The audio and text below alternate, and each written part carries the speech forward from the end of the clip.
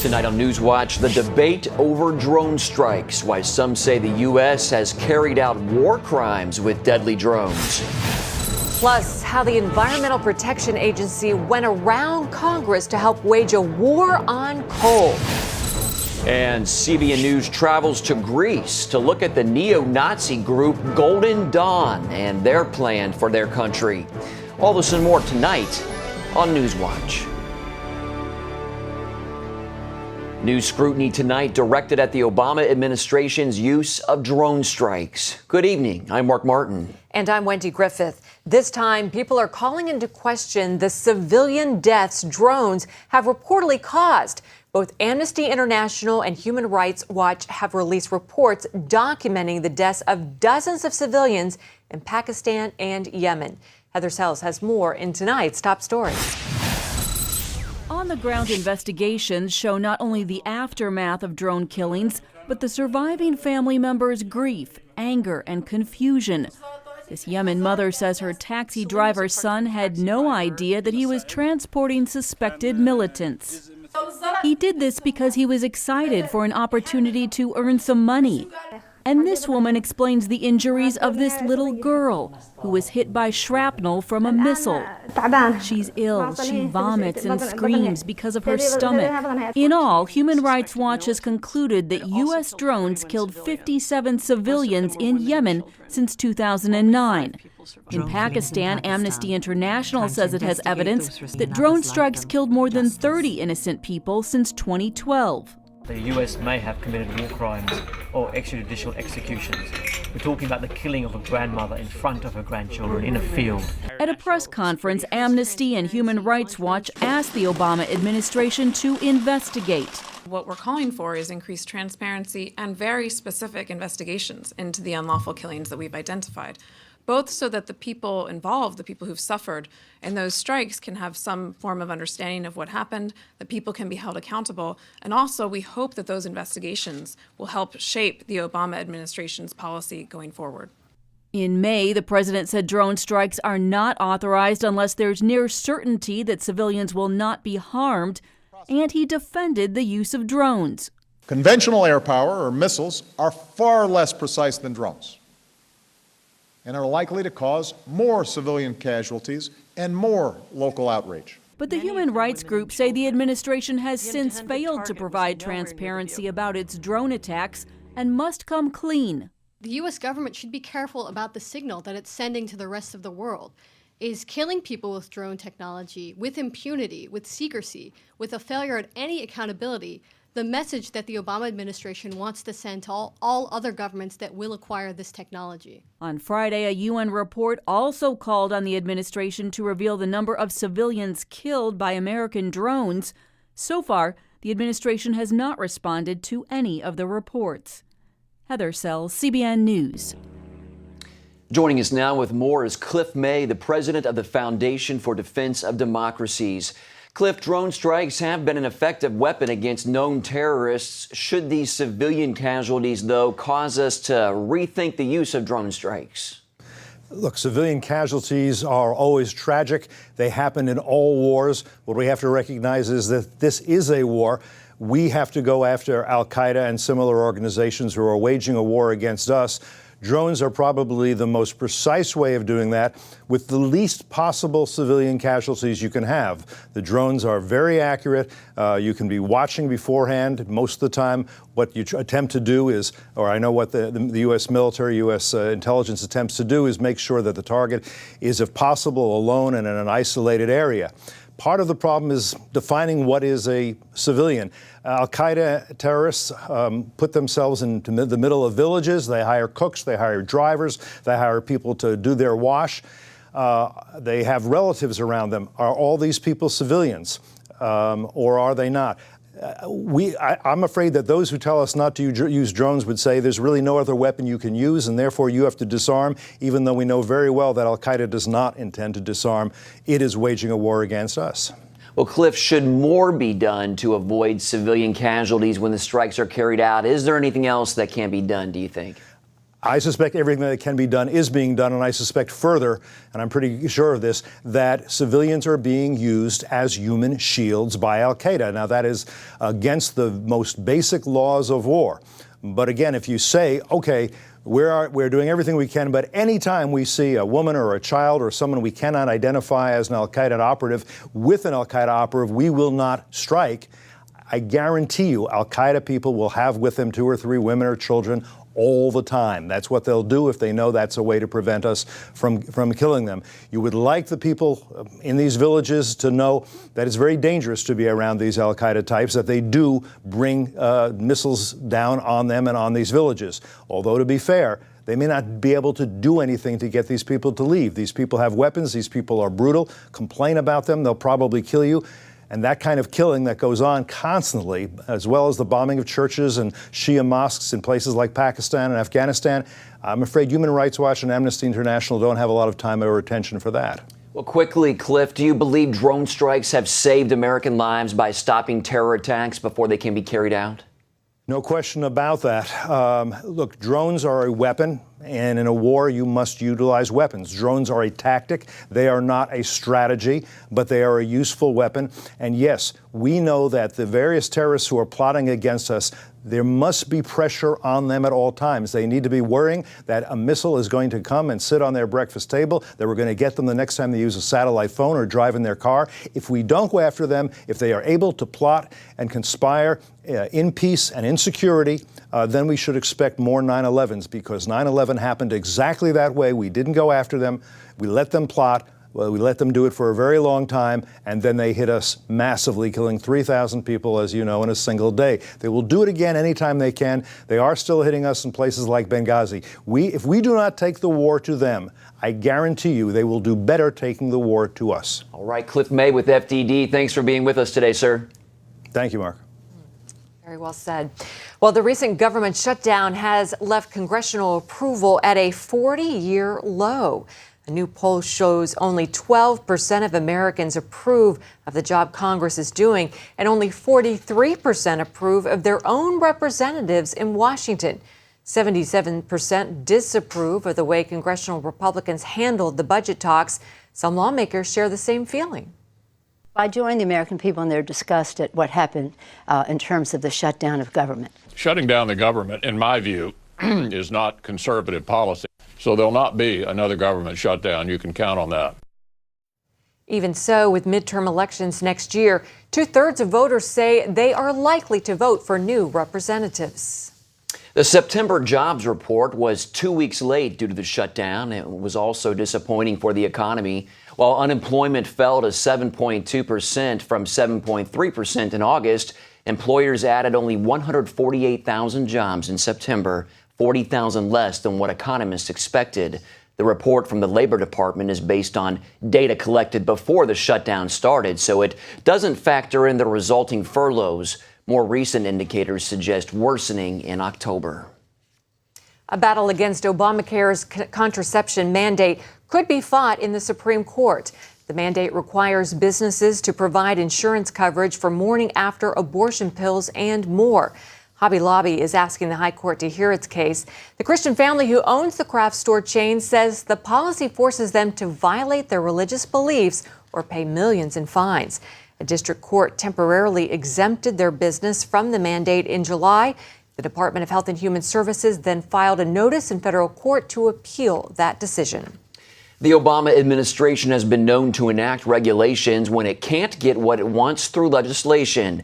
One of the latest examples involves the EPA going around Congress with what many lawmakers complain is a war on coal, a war that could kill jobs and make your energy bills higher. Paul Strand tells us how. The Environmental Protection Agency decided in late 2009 that carbon dioxide is a pollutant, and therefore the agency could regulate it under the Clean Air Act. The Supreme Court backed this controversial idea, and that set the EPA loose to impose numerous regulations on important industries. For instance, it's come out with regulations so strict on new coal plants, some in Congress say it amounts to a war on coal. This war on coal is going to cost thousands of jobs. Those that work in the mining industry, as well as those that are dependent upon the affordable, reliable electricity that coal provides. Is the EPA the Environmental Protection Agency, or does it really stand for the Employment Prevention Agency? Coal gives America 40% of its electricity. Hobbling it is sure to mean higher energy prices. It is fundamentally immoral for the federal government to put hard-working, middle-class American families into economic distress. And that is exactly what this war on coal does. Let's talk about our senior citizens on fixed incomes. If these regulations go forth, it is going to be impossible for them to cool their homes in the summer and heat them in the winter. So if you want to take low-income working moms and dads, single parents, and make their lives more miserable, more difficult, make their paychecks go less far, these are the regulations that will do it. But the EPA and its allies warn unfettered global warming will destroy crops, unleash numerous superstorms even worse than Sandy, and be much more devastating to the economy. Still, some lawmakers say there's a deeper issue, that rule by regulation from the presidential administration, rather than legislation from Congress, is also dangerous for democracy. When we separated powers, Montesquieu said if you let the executive legislate, there'll be a type of a tyranny. This is a type of a tyranny. We will fight it, not just because it's bad for jobs and bad for coal, but because it goes against everything we stand for. Many say the boom in cleaner natural gas means it can replace coal. And some in the natural gas industry who put big money into this war on coal are cheering now. And the natural gas industry thought they were very clever. We've kneecapped coal. Now everything will switch to natural gas and we'll make a fortune. Phil Kerpen, author of Democracy Denied. Well, the Sierra Club has since announced the sequel to their Beyond Coal campaign. It's called Beyond Natural Gas. And now they're saying they will sue to stop every single natural gas plant from being sited in this country. When President Obama got elected, he campaigned on a plan that said under my plan, electricity rates would necessarily skyrocket. His former Secretary of Energy said he'd like to see European-style gasoline prices. Recently, a chief advisor said that a war on coal is exactly what we need. And we're going to continue fighting in a bipartisan way to block the Obama administration's attempt at not only this war on coal, but a war on all American energy. A major reason Congress hasn't fought much against global warming is there's no consensus in Congress on how much man can really fight the threat or even how real it is. But the EPA believes wholeheartedly in that threat, which Kerpen thinks is amazing as it's all based on computer projections that may not be right. And the idea that we're going to make people suffer, make them pay higher energy bills every single month because of a computer model that could be totally wrong, claims there's a benefit 300 years from now. It's a crazy way to do business. And you know, these models get changed all the time. The next version of them could say something totally different. Paul Strand, CBN News, Washington. Syrian rebels are trying to capture a Christian town near Damascus. The al-Qaeda-linked rebels have damaged and desecrated Christian churches in that area and seem to be targeting a main hospital in the town. Meanwhile, the Friends of Syria group met in London to discuss how to end the war. The group includes representatives from 11 countries, including U.S. Secretary of State John Kerry. Islamic Sharia law will soon be the law of the land in Brunei. The leader of the country made that announcement today. Brunei's Sultan says Sharia law should be considered a form of special guidance from Allah and would be, quote, part of the great history of the small oil-rich country on Borneo Island. The Sultan says the law will be enforced in 6 months. It could include penalties like amputation for theft and stoning for adultery. The Sultan has been hoping to boost the influence of Islam. Religious minorities in Brunei are mainly Buddhist, Christians, and people of indigenous beliefs. Hurricane Raymond is hovering off Mexico's southern Pacific coast. Authorities have evacuated hundreds of people from low-lying coastal communities and are asking that people stay off the roads and highways. The Category 2 storm is not expected to come fully ashore. Operation Blessing is on the ground in Mexico, and teams are deployed to the area expected to be hit the hardest. Severe flooding forced them to move to higher ground, but they're standing by to help victims with 14 mobile kitchens, 3 water purification units, and dozens of cleanup supplies. And for more on what Operation Blessing is doing and how you can help, you can visit our website, cbnnews.com. Coming up, the fight over abortion heats up in Texas. How some are trying to block new pro-life measures.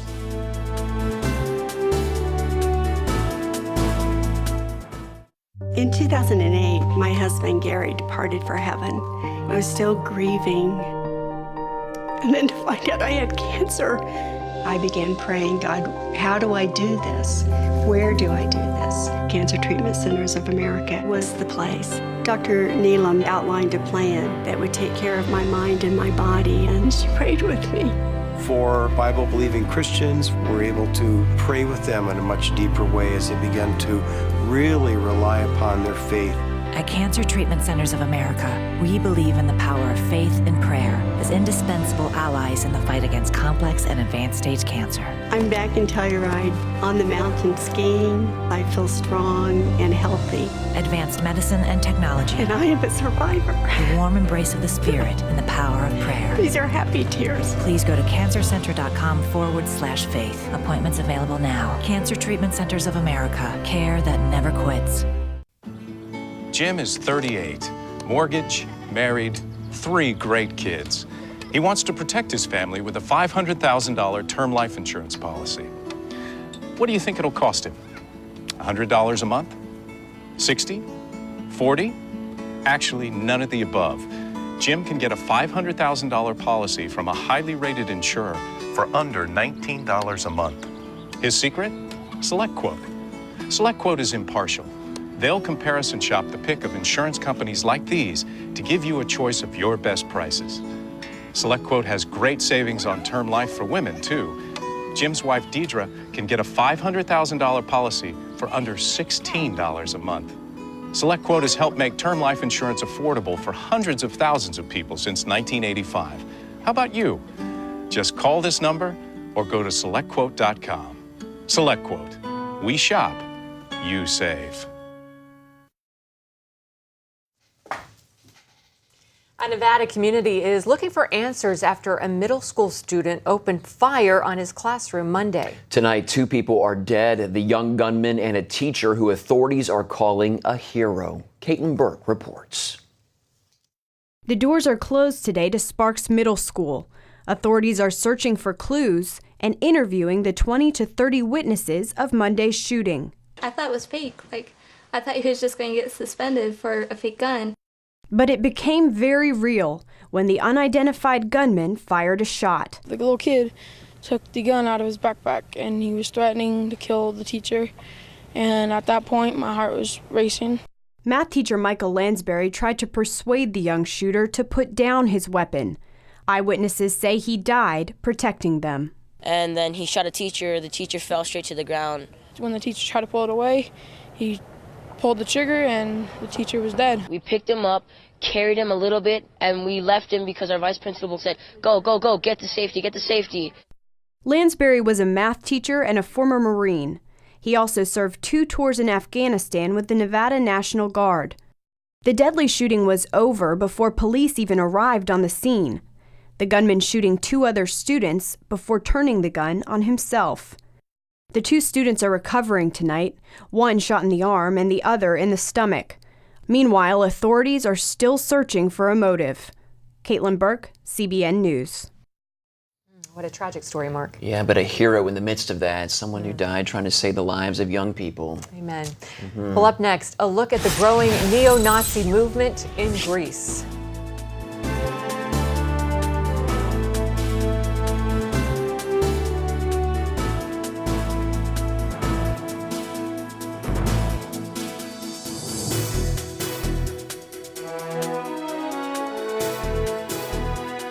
Stop struggling with heavy hoses that are kinked and deliver little or no water. Or worse, break. Introducing the incredible flexible hose. Turn the water on and it expands up to 3 times its original length, so you can easily guide it anywhere you need without tangling. When you turn the water off, as it drains, the hose retracts back to its original shape. Standard rubber hoses can weigh between 8 and 12 pounds, but a 25-foot flexible hose weighs less than a pound. The flexible hose is so compact and lightweight, a child can manage a 75-foot hose easily. The flexible hose will never kink and is guaranteed to take the mess out of watering your lawn and plants. So washing your windows or spraying off your gutters has never been easier. The flexible hose is made of a tough double wall construction that is designed to bend and stretch but never kink. Flexible hose is designed like a fire hose for speed, storage, and strength to last a really long time. Call or visit FlexibleHose.com to order the incredible Flexible Hose for only $19.95. Call right now and we will include a 7-way adjustable spray nozzle free. You can choose a full action spray, a gentle mist, a powerful jet, a vertical mist, flat spray, a cone spray, or a soaker setting. So stop coiling your hose with bulky devices. Flexible Hose automatically retracts in seconds and weighs less than 1 pound. In fact, a 75-foot hose easily fits in a small bucket and stores away neatly in a drawer. Flexible Hose saves you precious space on boats and is perfectly portable for RVs. But wait, order today and we'll give you a second Flexible Hose system free. Just pay separate processing and handling. That's 2 flexible hoses and 2 7-way adjustable spray nozzles, a $40 value, all for only $19.95. This offer is not available in any store. Order now. To order Flexible Hose and take advantage of this amazing double offer, call 1-800-769-3384 or go to flexiblehose.com. Remember, this offer is not available in stores, so call now.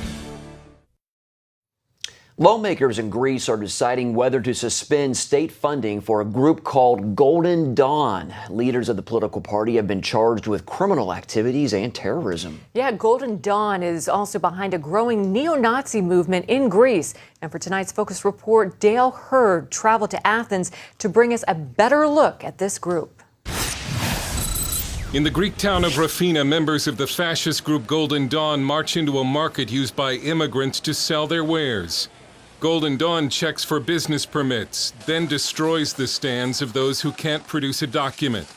One of the leaders of the raid, who is also a sitting parliament member, said they did it to honor the Virgin Mary. Meanwhile, on a Greek talk show, the Golden Dawn spokesman throws water in the face of one female guest and then starts hitting another, calling her an old commie. The sight of a man hitting a woman cost Golden Dawn in the polls initially, but the party has already rebounded.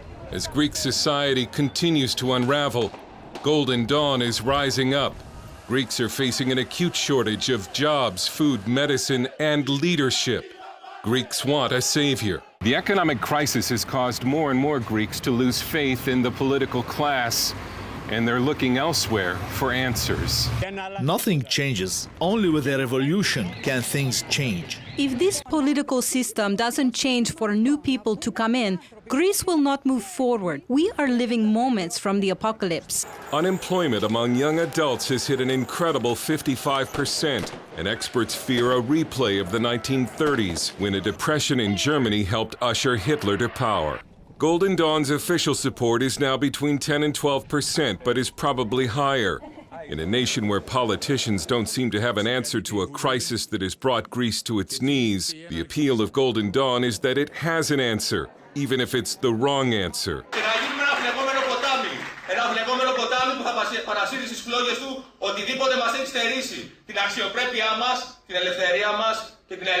Golden Dawn has begun to take on some government functions, even giving out food. Greek police, who reportedly support Golden Dawn in large numbers, are telling citizens who need help to go to Golden Dawn. But for immigrants and refugees, Golden Dawn is a nightmare. We interviewed immigrants in Athens who hide in their apartment to keep from being attacked. They escaped from Afghanistan but now want to go home, saying coming to Greece is the biggest mistake they ever made. This is very bad. You can imagine one political party with the weapons, with the knives, they are going outside in the roads, and this is politics. This is not politics. That's why we are worrying so much. At Glyfada Christian Center near Athens, Arno Lankar and his wife Sahar minister to immigrants. The people you talk with, they have a fear which they didn't have before. They are hesitant to come out of their houses in certain areas because they know that suddenly somebody might come up and beat them up. The fear is that the economic situation will get so bad that Greeks will choose a new radical way, the way of Golden Dawn. I think there's a growing frustration with just that sense that the country's being lost, whether that's being lost to foreigners or it's being lost, to history. At Glyfada Christian Center, pastors Brian Vandevetter and Gail Stathis minister in a society that is breaking down, and to church members who could be at risk to far-right violence. Greeks are feeling less in control of their own lives. And I think anywhere that happens, you have a rise in these kinds of things. We kept talking in the church that there's no crisis with God. We really must trust him because he has promised us that we're not going to go to bed begging bread, that we will have what we need for the day. Dangerous times could be ahead for these Christians and for a lot of Greeks if Golden Dawn ever rises to power.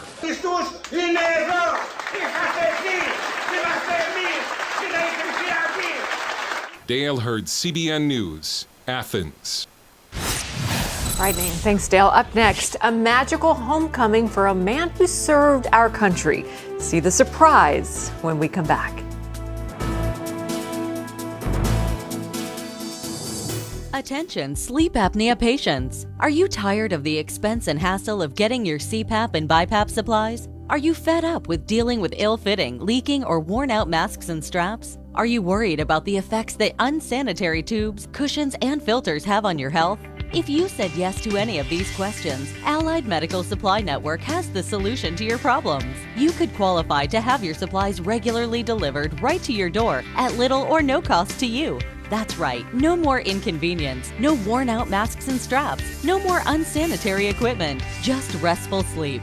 Call Allied Medical Supply Network today to determine if you may qualify to receive your fresh, brand-name supplies at little or no cost. Don't delay. Call us now to see if you are eligible to save money on regular delivery of your CPAP and BiPAP supplies. Call 1-800-815-9947. That's 1-800-815-9947. Or go to cpapsupplyhelpline.com. Announcing an important breakthrough in healthcare that can benefit everyone. If you or anyone you love needs affordable health insurance, regardless of a pre-existing medical condition, call Quick Insurance 123 today and get the immediate relief you deserve. Quick Insurance 123 was created to provide affordable health insurance to all uninsured Americans, with or without pre-existing conditions. This is not a discount card. This is a real insurance program that lets you choose from many affordable health plans, with access to doctors, hospitals, emergency services, and more. So call the number on your screen now and get the health coverage you need just for calling. As a special bonus, we'll send you a free prescription savings card that could save you up to 85% on your prescriptions. That's right, you could save up to 85% on your prescriptions just for calling. Call Quick Insurance 123 to find out how you can get affordable health insurance and receive your free prescription savings card just for calling. Don't wait. Getting a free quote is as easy as 1, 2, 3. Call today. Well, we all know that military families sacrifice a lot when a loved one is deployed. That's why one soldier wanted to make his homecoming as magical as possible. Andrea Hurt and her 2 children traveled all the way from Nebraska to the happiest place on earth, Disney World. The 3 made a wish together outside Beauty and the Beast's Be Our Guest restaurant. When the doors to the restaurant opened, their dreams came true.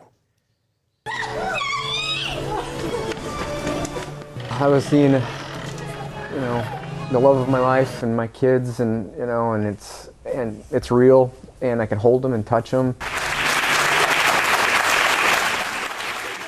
Wow, what a memory. This was Kevin's first deployment and the first time he's been away from his kids.